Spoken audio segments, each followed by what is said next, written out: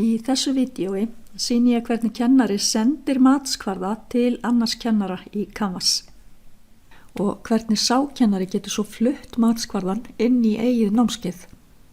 Það fyrsta sem þarf að vita er að til að deila matskvarða þá þarf að byrja á að setja hann inn í verkefni og síðan er verkefninu í raun og veru deilt.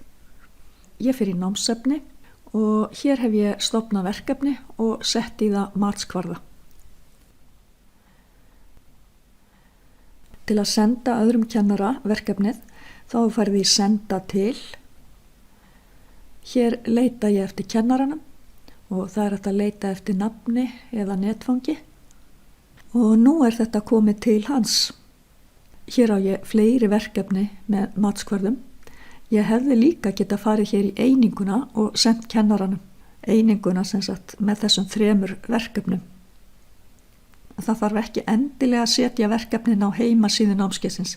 Það er líka hægt að fara hér í verkefni og senda stakt verkefni með matskvarða til annars kennara. Nú hef ég skráð mig inn sem gervimaður Ameríka sem fékk þessa sendingu. Kennarinn fer í reikning og í deilt efni.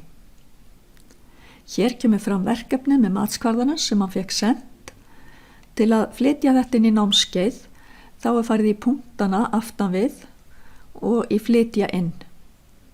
Kennarinn velur eitt af sínum námskeiðum og það er hægt að nota leitina fyrir ofan ef námskeiðin eru mörg. Hann getur flutt þetta inn á æfingasvæði sitt til að byrja með og skoða nánar og flutta síðan inn á alvöru námskeiðið og það er mögulegt að setja þetta verkefni inn í tiltekna einingu á heimasíðu þess námskeiðs. Það koma upp skilaboð að aðgerðin hafi tekist.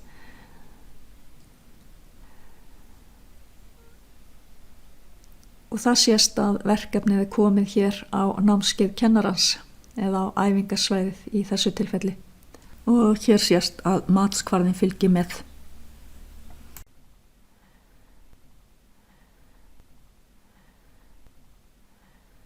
Önnur leið til að deila verkefninu með matskvarðanum felur í sér að veita öllum í Háskóla Íslands aðgang til að nota efnið. Þá er verkefnið eða einingin með öllum verkefninum sett í það sem er kallað opið efni í Canvas eða Commons og þeir kennara sem hafa áhuga á að nota matskvarðan eða efnið geta fundið það og flutt inn í eigin námskeið.